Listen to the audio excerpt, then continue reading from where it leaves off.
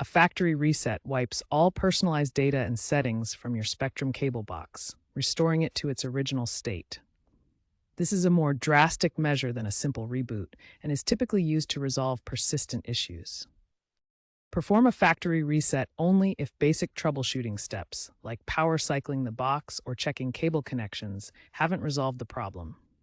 Common issues that may require this include error codes like E1 or E2. Another reason is an unresponsive remote control. Firmware update failures can also be resolved with a reset. HDMI port malfunctions or conflicts with smart home devices are other triggers. Before you begin, understand that this process will erase your channel favorites, recordings if supported by your box, and account settings, requiring you to set them up again. Back up any important recordings before proceeding, if possible. Spectrum offers multiple ways to reset your cable box to factory settings.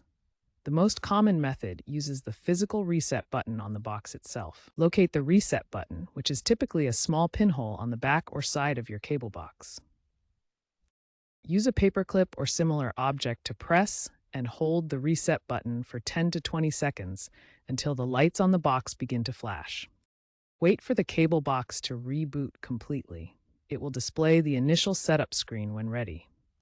Follow the on-screen prompts to repair your remote control, scan for available channels, and re-enter your account details. Alternatively, some newer Spectrum cable boxes can be reset remotely through the Spectrum TV app. Make sure your box is connected to the internet, then open the app and follow the instructions to initiate the factory reset. After the reset completes, you may need to reactivate your cable box. This can be done through the Spectrum app or by contacting customer service.